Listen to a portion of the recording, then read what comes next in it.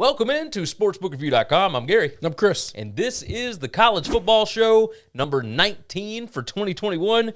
And we have got some things to discuss. We got some news this week. It's kind of the dog days of summer already. Oh, yeah. And we're still in, May. That's so right. we do have news, but we're going to start talking a lot of debate topics, hypotheticals, projections. We are getting early lines. We are getting early season win totals, like all kinds of different stuff, conference championship odds. So we're going to talk about all of it. Before we do, go ahead and make sure and like the video. It's a little thumbs up button. Looks like this right down below you. If you would please hit that. Once we get to 50 likes, that's when the YouTube algorithm really kind of takes off. So do us a favor. Make sure that you like the video. Share it out. Tell your friends about it, of course. And if you have not already, subscribe to the channel. That's the best way for you to know when the show is going to pop up every single week. Like we said, we do this every single week. Once we get into the season, it's going to be multiple times. But on this channel also, there is a ton of other stuff. Your NBA playoffs are rolling on. The NHL is rocking. I mean, we've got college football, NFL stuff coming up. We got golf. We got UFC. I mean, just anything that you want to bet on sports-wise. Soccer as well, of course. Lots of stuff going on in the sports world almost at all times. So make sure that you are subscribed to this channel, and it will pop up whenever those come in, and you'll get to see our beautiful smiling faces. So that is the easiest way. You can also do yourself a favor and check out all of the college football gambling content that you could possibly need at sbrpicks.com/NCAAF. There is a link in the description. Go click that. Give us a visit. That would help us out as well. And we're going to have a lot of stuff up there, just a ton of stuff over the next few months leading into the season. We're less than 100 days until the season kicks off. Yeah. I'm kind of excited. We're getting there. We're about 3 months.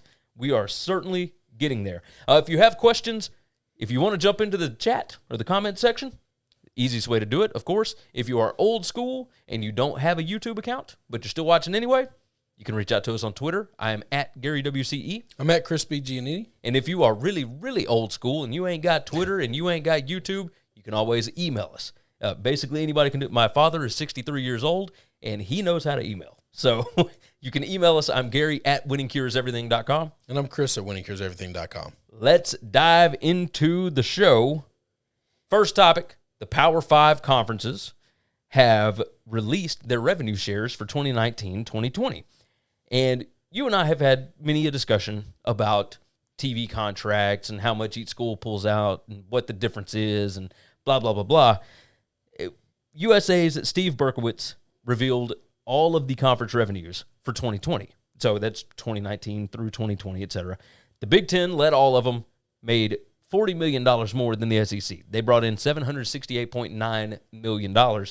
Now, the tax stuff that he got this from does not reveal how much each school got, et cetera. But if you start rolling through, we'll dive into the breakdowns. The SEC made $728.9 million. Now, they revealed $657 million of that went back to the schools. How much of the Big Ten went back to the schools? We don't know. It wasn't in there. The Pac-12, $533.8 million, which was pretty good, but it's 12 teams. That's $403 million to the schools.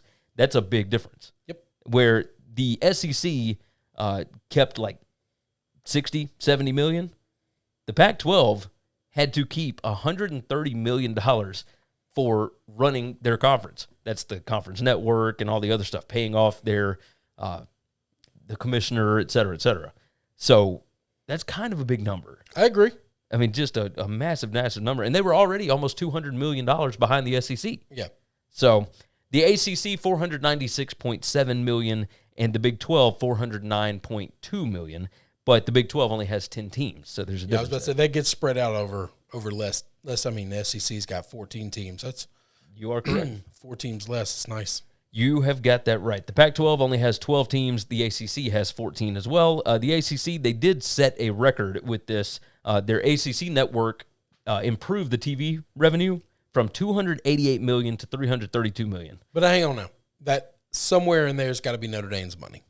No, because Notre Dame made $10 million from the rest of this. Remember, they're not a football member. They were this past year, but this is This is 2019 through 2020 fiscal year. Okay, I was thinking this was 2020's fiscal year. So it's 2019's fiscal. Okay. We're getting this almost a year late. I got you. Oh, because it is tax stuff. Yeah. That makes total sense. I was about to say, if that's got Notre Dame's money in it, that's the reason it's a lot more. Is Notre Dame has their own deal that basically got merged with the ACC for a 1-year deal. It's still the fourth most out of the Power 5, and they have 14 schools that they have to divide it out to. So it's an average of $32.3 million per school for the 14 full-time members. Notre Dame got like $10 million because of basketball and everything else. So the Pac-12, $403 million to 12 different schools. That is $33.6 million. The Pac-12 earned more than the ACC. Oh, that doesn't surprise me. It doesn't surprise me at all. I don't think that ACC deal is great. No, it's not. The ACC network coming in boosted it like $50 million. Yeah, but $50 million in the grand scheme of $600 million, $300 million, $400 million deals, this is not a lot. You know how the SEC network, like Paul Feinbaum is the guy, and what is his? You know this even though you don't really listen to him all the time. What is his main topic that he discusses? Well, Alabama. Well, no, college football. Oh, well, that's all he talks about. If you listen to Packer and Durham on the ACC network, I turned it on one Monday. They had lacrosse players. They had like all the. I mean, it is basketball and football and like baseball when it's season. Yeah, that's it. Like you basically need to cover football year long, and throw in the other sports as they're in season. Yes, or a run up to it. So, but we're talking if you're going a little to, bit. If you're going to, no, I mean if the ACC championship gymnastics tournament's about to come on your network, like an hour before that, talk about that. Yeah, because that's people are tuning in maybe a little early to watch that. You're going to get that. That's when you talk about lacrosse. That's when you get all these other sports in when you're about to air them. Yes, basically. Outside of that, football, basketball, and I'm going to tell you, college baseball is getting up there. I sent you a thing today. Yep. College baseball is the third biggest money maker out of all the college revenue sports. It's the second for the NCAA because the NCAA doesn't get any money from the football stuff, and it's growing. And its money is growing faster than everybody else's by percentage-wise, and it's not close. You are correct about that. Now, some of that's because basketball, the contract for basketball that they just got is awful. Yeah. It's a terrible deal, and so baseball is making these schools a lot more money. Yes, it is. And it's becoming more popular. It's a funner sport. I will tell you, in season, it's a much more fun sport to watch than college basketball. College basketball's tournament's better than anything in the world. But until you get to tournament time, baseball is better than it, hands down. Yeah, I think it's an easier watch. Yes. It's easier to keep up with. I don't need to know the players' names to watch baseball and enjoy it. Yeah. Basketball, if I don't know who you are, man, it's tough to grip you, right? Yeah, it's tough to get into. Go ahead. All right, so the Pac-12 total made less than the ACC, but it was more than the ACC per school. Kind of a big deal. That was an increase, by the way, for them from $387 million in 2018-19 to $403 million in 2019-20. So Pac-12 on the way up, better than these other ones. But what this is really showing us is it's a power two, and then there's the other guys. Like, sure. Yes, the Pac-12 and the ACC and the Big 12 are making more than the AAC, et cetera, but it's a difference. Like, it's a massive difference between the Big Ten and the SEC and what their deals will be going forward. Because the Big Ten, people don't think about this. They were smart enough to only do a 6-year deal because they understood that, hey, this thing's going to blow up again. Big. Yeah. So, no, that was really smart by them.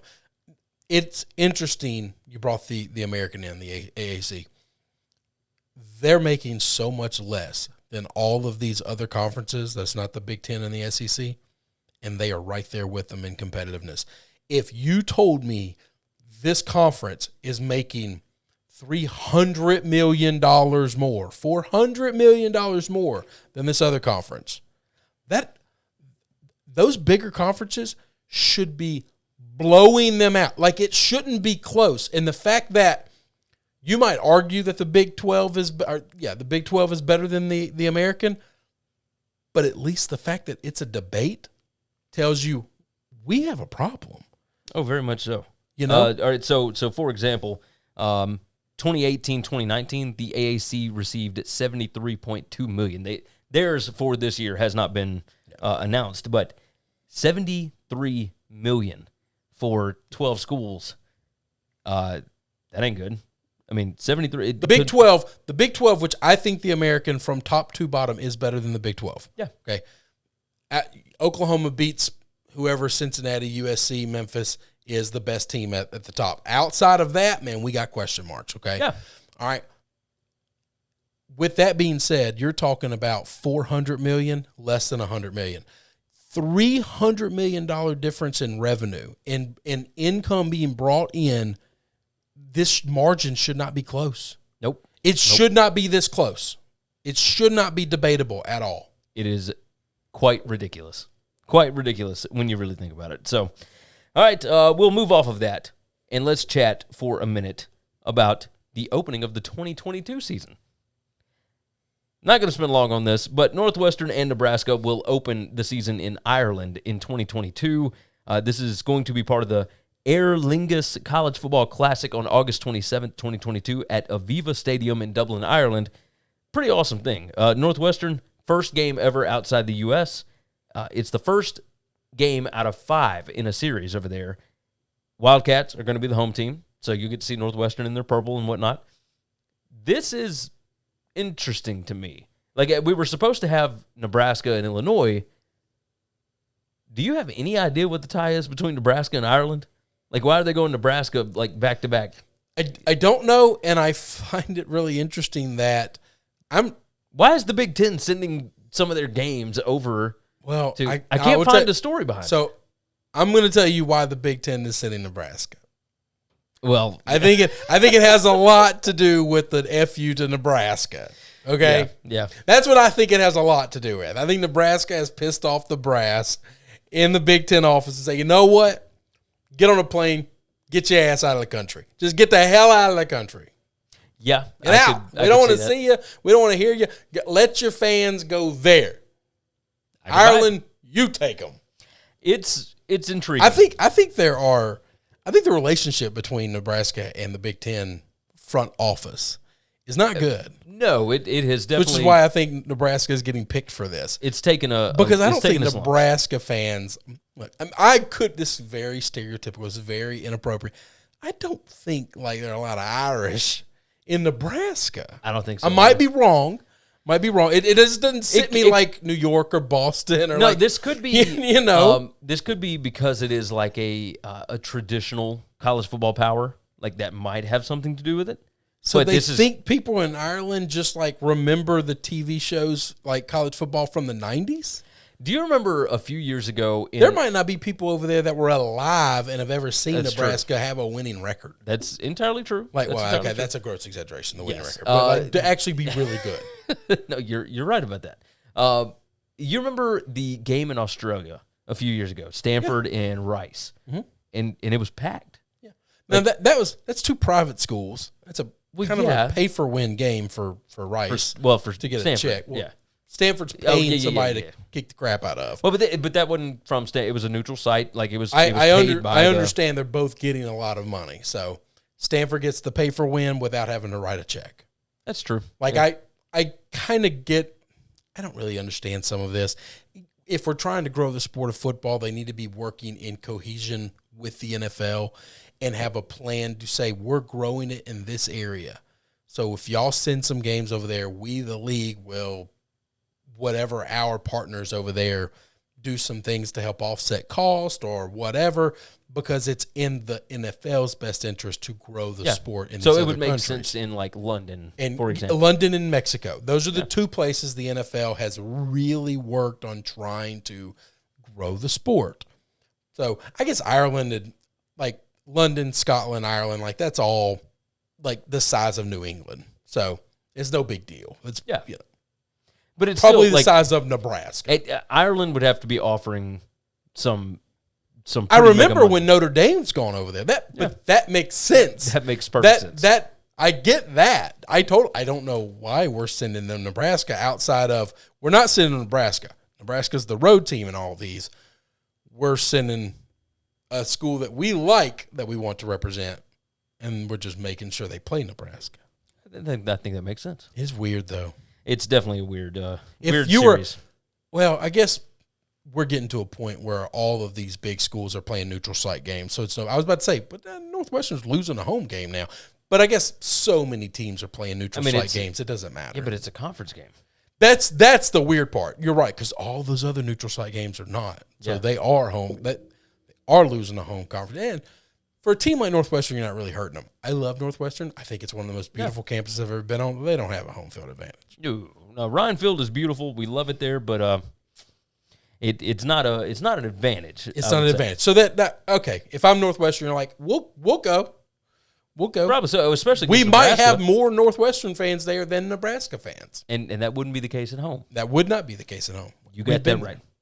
We have seen that before. Moving on, per a report from Dennis Dodd, CBS Sports, Iowa State coach Matt Campbell turned down an 8-year, $68.5 million offer from the Lions. Do you believe it?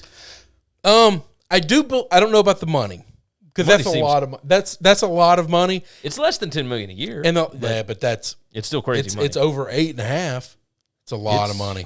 So I do believe that they wanted Campbell and probably offered Campbell because Coach Dan Campbell made the joke that he was going to call himself Matt to try to get the job because he knew they wanted Matt Campbell. Dan Campbell has actually said that. And he was like, look, I'm not Matt, but I'm Dan. Like, you still get Coach Campbell. You've already printed the billboard. Just give me the job. Like, this is a guy selling himself, and I find him to be really funny, by the way. Motor City Dan Campbell. And so I'm pretty sure they did make him I bet they did make him some sort of offer. I wouldn't doubt that. 8.5 for a first-year NFL head coach seems like a lot.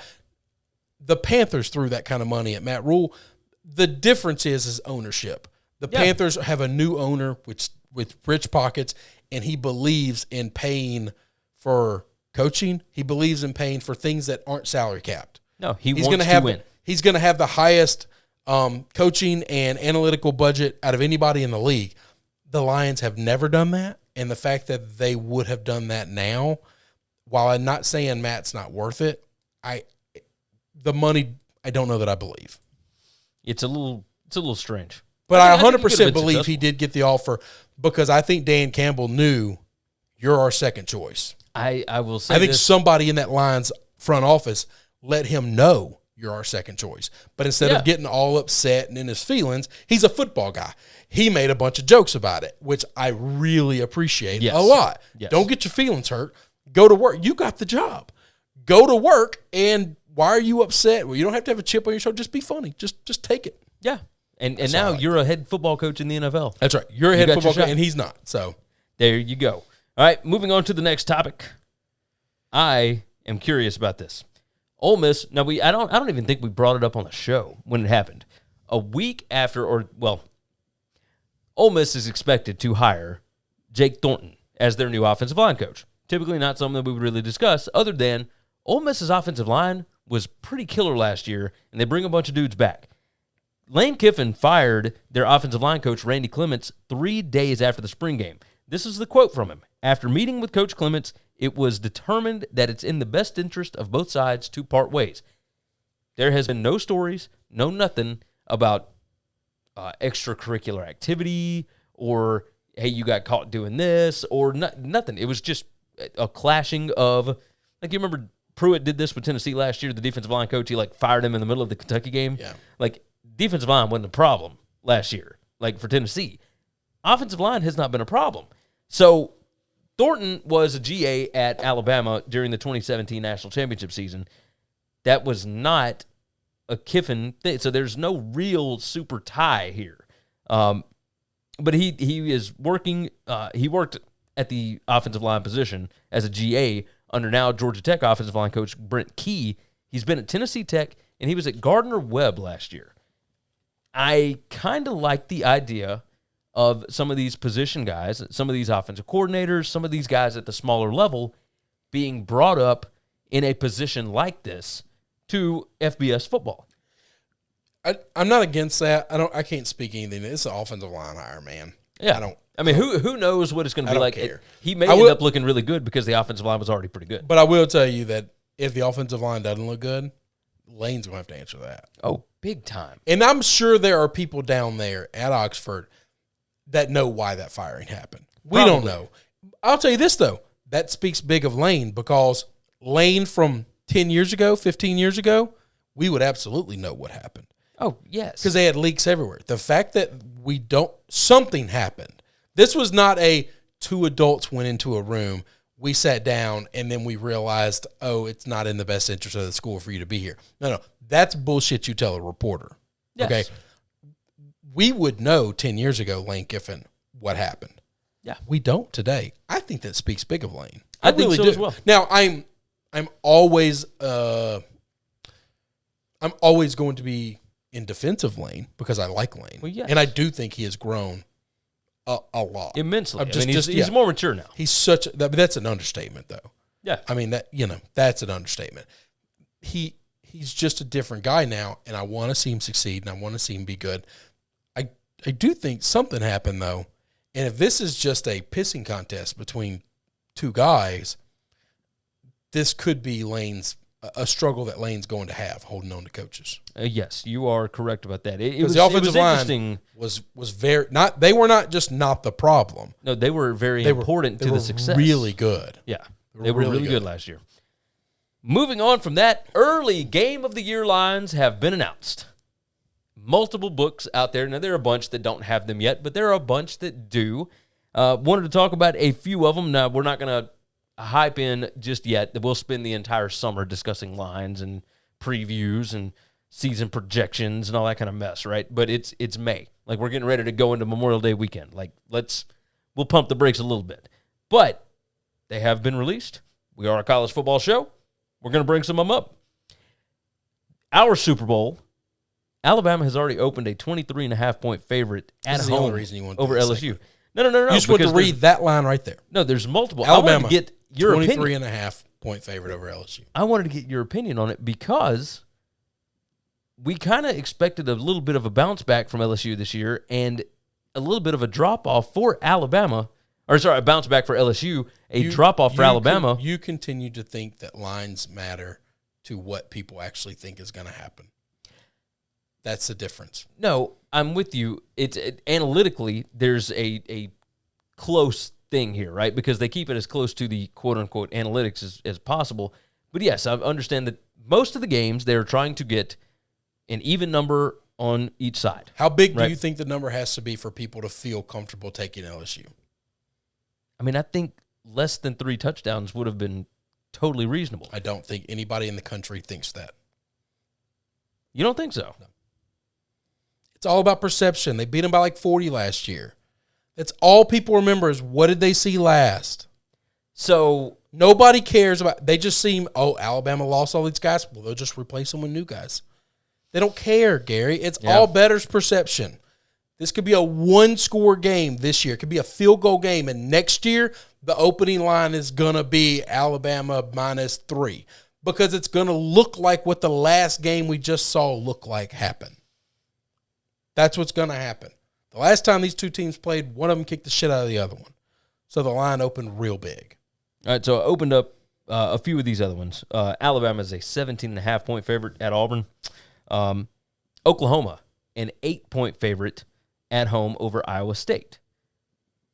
That you might be right about that. It kind of dives into that same thing, but Oklahoma, obviously, everybody loves them right now. A lot of hype going in. Now, Iowa State's got a bunch of hype, but it's not nearly as big as Spencer Rattler, the Heisman favorite, etc. Ohio State, 11.5 over Michigan. Kind of found that one intriguing. Thought that would be at least like 2 touchdowns with what Michigan was last year. And based on some of the other lines, because Michigan is not favored over hardly any of the other Big Ten powers. Yeah. You know? So I don't know. I'm wondering if this I don't is make a little lines bit for of a living. I got no idea. And these games are 3 months away. Yeah. I don't even know how to approach this subject. Georgia opened 10.5. It got bet down to 8 over Florida. Not bettors, but the book seemed to be down on Florida a little bit, or at least they believe the perception will be. Like Florida lost all these. I think Dan Mullen, though, has proven Damon's the best coach in the SEC that's not named Nick Saban. Yeah, I think you might be right about that. Anybody let people continue to doubt that man. He's goofy, he's weird, and he's super unlikable. And now he's got a quarterback like he's used to having. He outcoaches everybody because he can take 3 stars and beat your 5 stars. I've seen him do it. He does it all the time. Yeah. He's very unlikable, and he's a goofy guy that's easy to make fun of. But that doesn't matter. He's still a very good football coach. LSU sitting at a 3-point favorite over Florida as of right now. So LSU a 23 whatever point favorite or a dog against Alabama, 3-point favorite over Florida, and yet Alabama when they go to Florida is sitting at like a 15.5 point favorite. Yeah, because none of this actually matters. Yeah, it's strange. That's why it is strange. The opening weekend lines, by the way, North Carolina less than a touchdown over Virginia Tech. LSU about 3 over UCLA. That line opened 1.5 at UCLA. Alabama minus 17 over Miami. Clemson minus 3 over Georgia. Notre Dame minus 7.5 over Florida State. And Ole Miss a 7-point favorite over Louisville. The Florida State Notre Dame line opened at 9. It's been bet down to 7.5. A lot of Florida State love right now. So we shall see what ends up happening with that. But the early game of the year lines always, it's nice to just see some numbers next to games, aside from times. You may not agree with me, but no, that's okay, though. Either way, we'll move on. We're going to talk about the top 10 2021 non-conference games. I've got a list. You got a list, or are we just rolling with the one that I sent over to you? Well, I thought this was the list. Well, this is my list. Oh, I didn't know I was supposed to put together a list. You sent a list, said this is what we're going to talk about. This is it. Okay. This is the list. This is the predominant number 1 list in the country. The number 1. I don't know that there are any games outside of this list that matter. There could be some, maybe, probably not. But there aren't that many. The order there aren't matters. That many big power team versus power teams that are going to actually play that are non-conference. I mean, you're probably right. Okay. Georgia Clemson is number 1. That is number 1. I would agree with that. I don't think nobody it's a question. would argue that. Well, see, I don't know about that. All right, I just said I don't know that I agree with that. I think your number 2 is the number 1. But okay, so that's you're just talking Georgia Clemson. Georgia Clemson, I think, has a much better chance of being a close game. It's a neutral site. You got a sophomore quarterback going up against a quarterback that hadn't played in like 3 years. So it's 2 kind of somewhat inexperienced guys, JT Daniels and DJ Uiagalelei. The opening line, like I said, it was Clemson minus 4. It's been bet down to Clemson minus 3. I think that's where it's going to sit because you got like the top 2 defenses in the country, and these are 2 coaches that would be just fine with having a 21-20 kind of ball game, 24-21, whatever, and they're totally fine with that. And you're going to get some late game, like crazy good football, right? I'll agree with that. I think that's what we're going to get. Game number 2, I got Oregon against Ohio State, and that one's in the Horseshoe. My issue there, Oregon, so I've been doing my prep, doing my research. Oregon's going to have some problems with their secondary. They don't have a ton of depth. There's not a lot of talent there.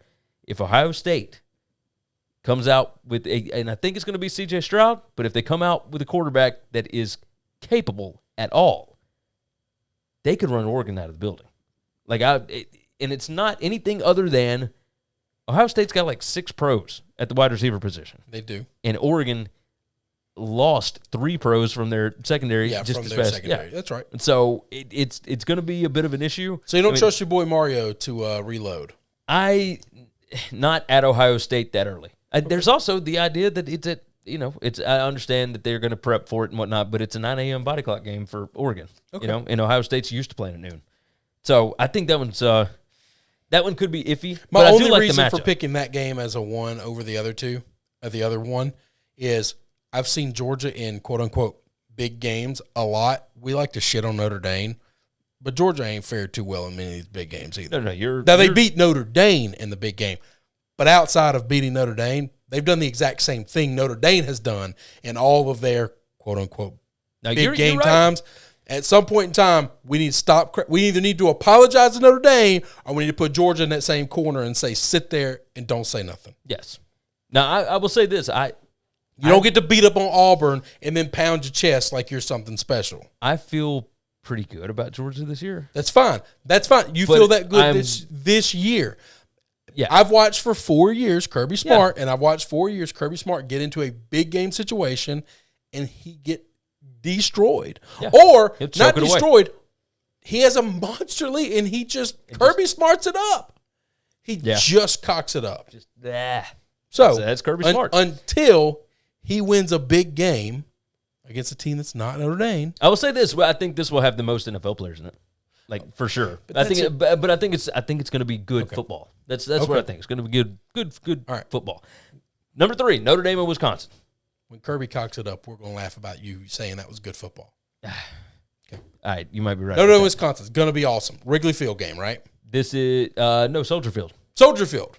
I knew it was in Chicago. Yeah, in Chicago. I was close. I'm excited about this one. Literally, like hit a golf ball from one to the other. This is Notre Dame, based in South Bend, Indiana, but this is like Chicago's kind of right between Madison and. I mean, it's not right between, but you get the point. Like Chicago. There'll be a ton of people from both sides there. Yes. It'll be awesome. I think it's going to be fantastic. It'll be awesome. I think the atmosphere is going to be really cool. I do too. I'd like for me and you to get to go. I'm not going to go to this game. But we talked about it already. I'm going to this game. Number 4, LSU at UCLA. I think both coaches have a lot riding on this early in the season. I don't think this game's a big game at all. You don't think so? You have two teams that had basically losing records last year. LSU 5-5, UCLA 3-4. Congratulations. This is what the big games have come. So the reason I'm putting this up here, I believe that it matters more than most of these other ones. I think if Chip Kelly wins this game, like this could springboard them into having a really, really big year. It could be a jumping off point for them, right? UCLA gets to play Hawaii the week before. They'll already have a game under their belt. LSU has to go out to the West Coast. If Ed Orgeron loses this game, that could end up being an issue. So it won't be an issue. You don't think so? Non-issue. I mean, it's non-issue. Okay. LSU opened a 1.5-point favorite, out to 3.5 as of right now. LSU loses his game, non-issue. Not an issue. Kind of the Kevin Sumlin. You say thing? This doesn't matter. Kevin Sumlin went out to UCLA, was up 44-10 over UCLA, and UCLA came back and scored 35 unanswered to beat them. If you're comparing Ed Orgeron to Kevin Sumlin, we're going to have a different conversation when this camera goes off. That's going to change. One guy just won a national title and had the greatest football team college football has ever had, and the other guy hasn't ever won dick without Johnny Manziel. Compare those two again. Oh, yeah, they both are going to play UCLA. That's the only comparison they got. No, the comparison here is they're nothing alike. An SEC West team going out to the West Coast for a Friday or a Saturday night Fox primetime college football game, and it's the same thing. Ed Orgeron kind of feeling a little bit of heat because he's not feeling any heat. Zero heat. No, I know he's not feeling any heat, Gary. Okay. I know these people. I'm from down there. That's my people. No, he's not feeling any heat. People like you think he's got heat. People who like to talk in the SEC that are not LSU fans think he's got heat. That man had the greatest season in college football history 2 years ago. Then this weird COVID thing happened that cocked everybody's schedule up. Well, and he lost like 36 guys off of that roster the year before. And all of a sudden they have a weird year then. And all of a sudden now you think 0-1, and all of a sudden the hot seat's on fire? Okay. No. This is not even the heated seat in your car on a 40-degree weather hot. Okay. You're not going to like this comparison. That's fine. Gene Chizik, incredible season with Cam Newton, undefeated, greatest season for a quarterback ever. You got Joe Burrow with Ed Orgeron, greatest season for a quarterback ever, and the next season, Gene Chizik went 7-5. You continue to think that every school acts the exact same. We spend months talking about how Auburn does things differently. Auburn does things backwards. Yeah. Auburn does things in a way in which most people disagree with. But then you use that philosophy that no other school in the SEC really operates like Auburn to say these other schools are now going to operate like Auburn. We don't operate like Auburn, my friend. No, I agree. So why would we fire our coach just like Auburn fired Gene? Okay, now you do have a point there. I know. But because they have a brain, I'm using logic. You do have to wonder if it turns into a 4-8 season. It's not going to be a 4-8 season. Okay. Let me tell you that. It won't be a 4-8 season. Then we'll just end the discussion there. That's it. Totally fair. Right. Totally It fair. won't be a 4-8 season. I don't expect it to be a 4-8 season, by the way. Right. We might lose to UCLA. It won't be a 4-8 season. I can get with that. I think that's insane. I mean, the 4-8, yes, absolutely. Like, could you lose to UCLA? Yes. It's reasonable. But no, I don't expect 4-8 the at all. The books have it at virtually a pick'em game. Yeah. Yeah, we could absolutely lose that game. No, you're right. Anyway. Moving on to number 5.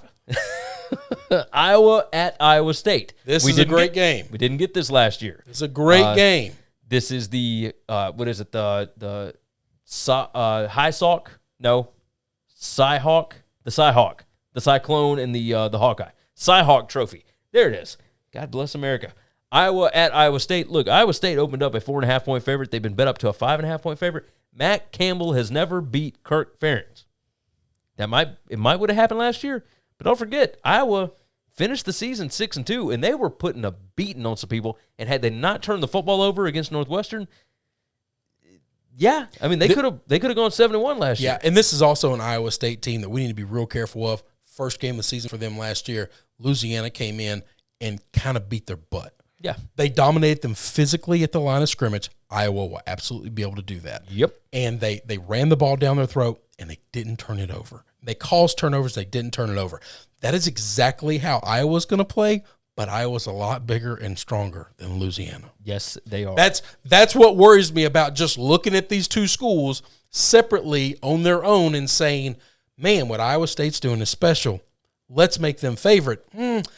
Let's look at what happens when they play a team of this style. Because when they get into the Big 12 play, they won't play a team of that style. Exactly. There's not a team that looks like Louisiana. Iowa looks a lot like Louisiana, but a lot better. Yes. Bigger, stronger across bigger the line and of stronger. scrimmage. They're going to be slower. They're not as fast. That's the thing. But they don't make mistakes. They don't turn the football over, and they are going to, in the trenches, make it ugly. Iowa State doesn't have the hog mollies in the middle to make it ugly. Iowa State plays football now under Matt Campbell the way that Iowa plays under Kirk Ferentz. Their philosophies are very similar, and in the Big 12, there's nobody else that really has that philosophy. That's right. TCU has the philosophy. They don't have the dudes. Right. That's exactly. Kansas State, kind of the same thing. I think, Kansas State lesser than those two, but same thing. But there's TCU, a few that are trying to play that way, but they don't have the guys. But TCU is kind of trying to move more towards the high-paced offense and all that kind of stuff. They're trying. They're not great at it, which is why it's been kind of downhill. I think they are evolving. Now we're making this TCU conversation. I think they are evolving based on the talent they get in recruiting. Yeah. I think they don't bring in enough kids to be able to say we're going to play like this all the time. They're going to bring in the best kids they can and say, all right, how the hell do we need to do this? Yes. And I think that's their issue. I think you are 100% I think this is right. an awesome game, by the way. Oh, yes. I'm looking forward to it. This might be my second favorite game out of all of these, simply because until Georgia does something impressive, I'm going to assume that game's going to end up being stupid. This game, I do think is going to be awesome, but I think everybody is overlooking the fact that Iowa's going to be bigger and stronger than Iowa State. Yes. Yes, they are. That's not to be just passed over. So let's talk about that. We'll move on to this next game. Number 6, Cincinnati at Notre Dame. Speaking of bigger and stronger, Notre Dame across the line will be bigger and stronger. I think they'll be bigger and stronger. Yeah, they will be. They will be. But, I mean, bigger and stronger doesn't necessarily mean tougher. No, but these are different styles. Yes. That's different styles. Notre Dame opened a 3-point favorite in this spot. That's right. That's right. That's the right number. Yeah, I mean, it's better perception, and more people, blind bettors, are going to just flock to Notre Dame. Yep. The Catholics are going to flock to Notre Dame. Like, you've got a lot of people that are every Alabama line and every Notre Dame line growing up my entire life are inflated by 1.5 to 2 points. Should this probably be a pick'em game? Yeah. So Notre Dame -3 at home is probably right. Yeah. I mean, it's probably right. Really, this could be a Cincinnati -1.5, but with the home field advantage and the inflation of Notre Dame, that's how we get to 3. Yeah. I am curious. This is the week after, or 2 weeks after, Cincinnati plays at Indiana. I know. If they handle Indiana, you got a week of hype coming into this. So we both like Indiana a lot, right? I think we need to prepare ourselves to this Indiana team not to be what last year's was. Yeah, I'm not. I think Cincinnati's a lot better than Indiana. I think they are too. Penix could come out. He'll be a complete game changer. So if he comes out and blow our world, yeah, okay. And if he takes over, Penix gonna make himself a lot of money that Saturday. Yep. And a lot of other Saturdays because they got. But unless that happens, I think Cincinnati's better than them at every aspect of the game. Cincinnati, Indiana, not on the list. Not on the list. Probably should. There's a lot of games on here. I will take all of these games over that game. Yes. So I'm with you. Number 7, Utah at BYU. We get the Holy War back again. BYU lost a ton. I'm about to say number 130 in the country in returning production. This game might suck because BYU's reloading completely. Now, they're reloading with a bunch of dudes that are like 25 to 29 years old. Exactly. So that helps. That does help. But they're replacing a trigger man that was, I think, unbelievable. Yes, no, Zach Wilson for sure. I think, and the weapons around him. I mean, they lost a bunch of weapons as well, and a bunch of offensive and defensive linemen. So they lost some dudes. However, they've got dudes that are grown men. Utah, however, under Kyle Whittingham, incredibly strong team, built kind of the same way. Like this is a fun rivalry game all the time, no matter what. Outside of the rivalry part, Utah's a better football team than BYU coming into this game. Utah grad transfer quarterback coming in, Charlie Brewer from Baylor. Do you remember what he did in the spring game? I know. 15 out of 15. Yeah. Like he looks like he fits in this offense really well. Number 8, Washington at Michigan. Washington, a 2.5-point favorite on the road in the Big House. Had this as a top 10 game.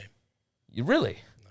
I think that this is another one of those like the LSU UCLA one because like this could go bad early because Harbaugh's contract right now, like if they decide that they want to do something with it, like they can. So I'm hoping he made that contract because they're not going to do anything with it. You know why? Right. Because they're not going to find anybody to replace him. You might not like Jim, but there's nobody better than him walking through that door. That's the difference. Yeah. You've got a team that is trying really hard to figure some things out, and Washington, who I'm not going to believe in until I see them be special. I'm not. I think they're the 4th or 5th best team in the Pac-12. I mean, so you might have the 7th best team in the Big Ten playing the 5th best team in the Pac-12. That's not a top 10 matchup, man. Okay. I know it's the Big House. I mean, it's it's sacred land, but like the next game, probably the best game of the year. I'm going to tell you this. I'm going to bet it's going to be the funnest game we watch all year long. Mark my words. All right, we've got Liberty at Ole Miss. That's it. Hugh Freeze going back to Oxford to face off against Lane Kiffin. I'll be there. Offenses. I do not care what it costs. I will be in that room. Matt Corral against Malik Willis is going to be a phenomenal quarterback. Pending both those guys are healthy. Yes, obviously. I need those guys to not get hurt. Well, yeah. I mean, that makes perfect sense. So, and then my number 10 here was Texas at Arkansas. Yeah, it's an old Southwest rivalry. Yes, Texas. And I'm going to tell you this, man. Favorite. Arkansas. We'll bring Arkansas up later, man. I think Arkansas is good. I think so too. And I honestly, like what they're doing. The power rankings and whatnot really like Arkansas. Oh, I didn't know that. Yeah, I'm just telling you. Really like Arkansas. I liked Arkansas last year to be improved. I think that's one of the best coaching staffs of the top 3 guys running the program that there are in the SEC. Check this out. Texas, a 9-point favorite over Louisiana, which that's not one of my things on here. 9-point favorite over Louisiana, only a 4-point favorite at Arkansas.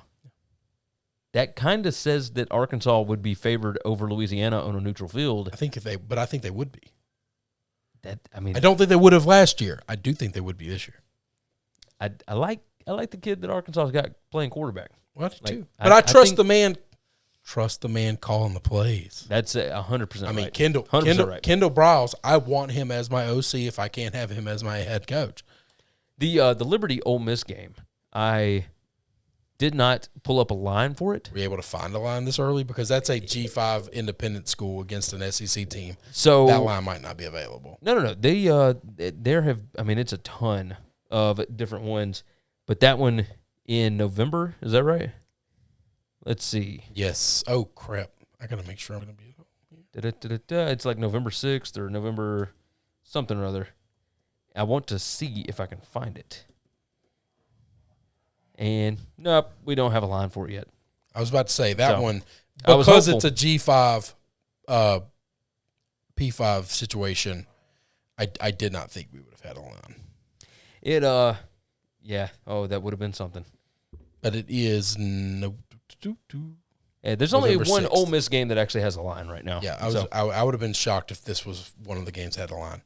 totally. I'm gonna be in the house. There you go. All right, my honorable mentions here. Boise State at UCF, opening weekend. That's two brand new coaches. You get to see Gus Malzahn's debut. You get to see Andy Avalos for Boise.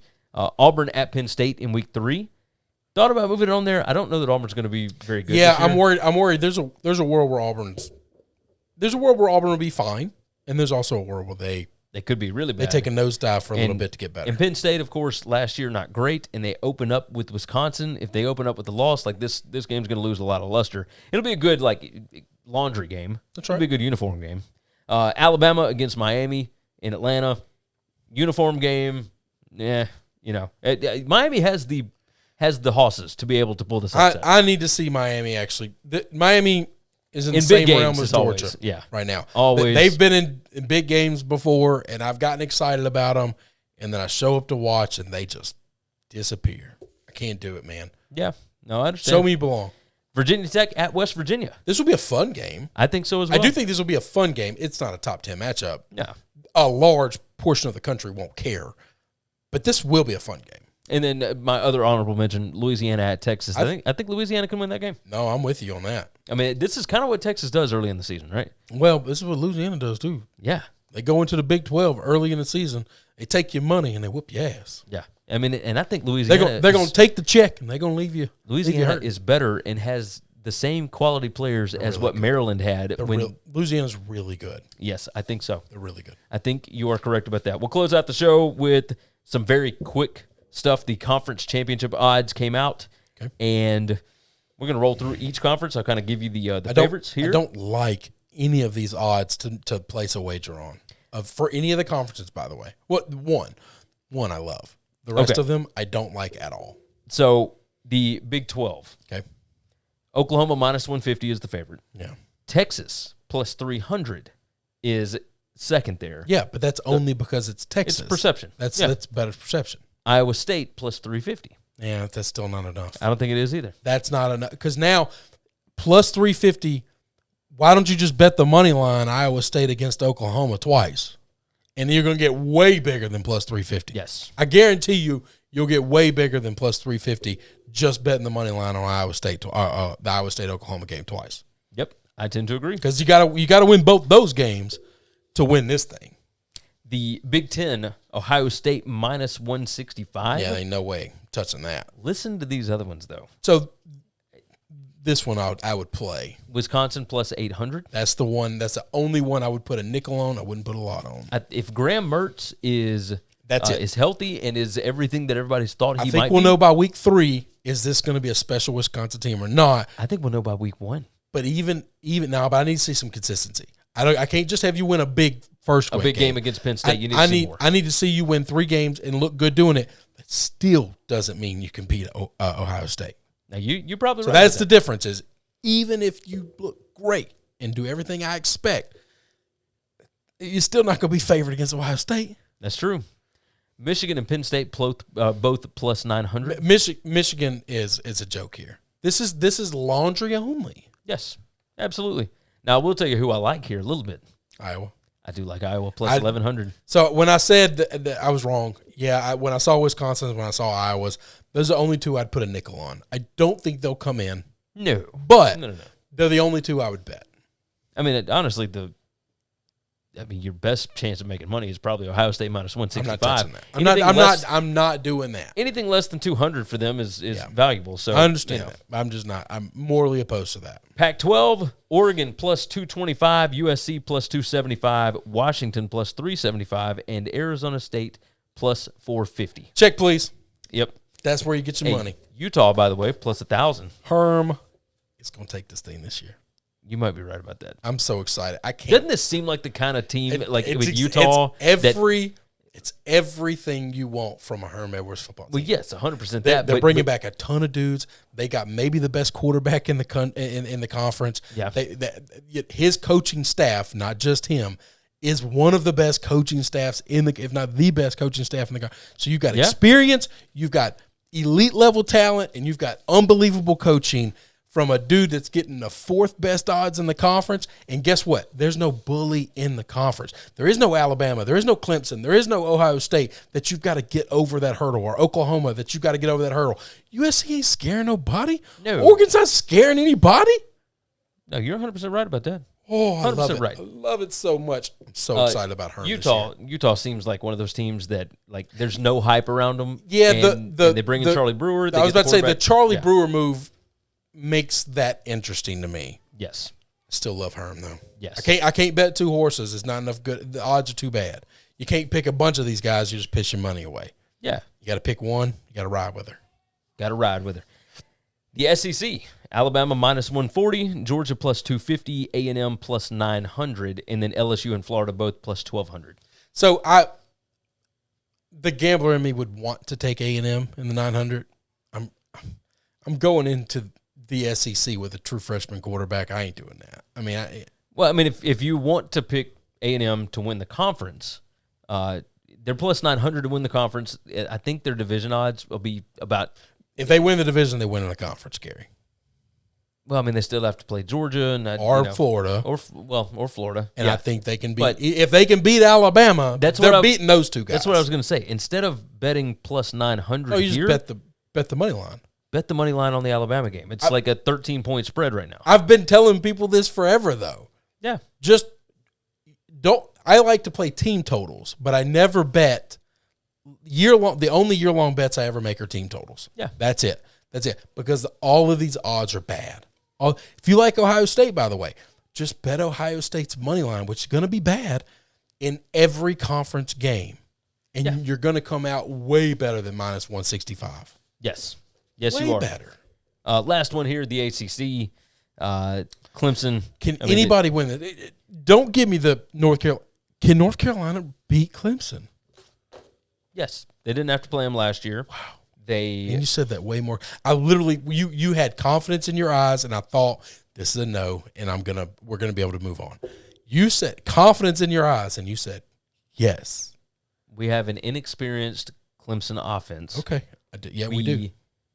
We do have a Clemson defense with a lot of experience, but that also gave up a ton of yards against Ohio State, and there were some other games where they didn't play like great. They didn't really have a challenge last year. So could I see North Carolina with a new and improved defensive line? They got in some they just got transfers in. Yeah, transfers. They're replacing a lot of offensive weapons, but I trust Phil Longo. I trust Sam Howell.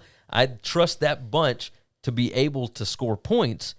And now I think they got the defense to be able to stop teams. 2 years ago in Chapel Hill, this was a one-possession game or 1 point game. Like, they were going for two at the end to win the ball game.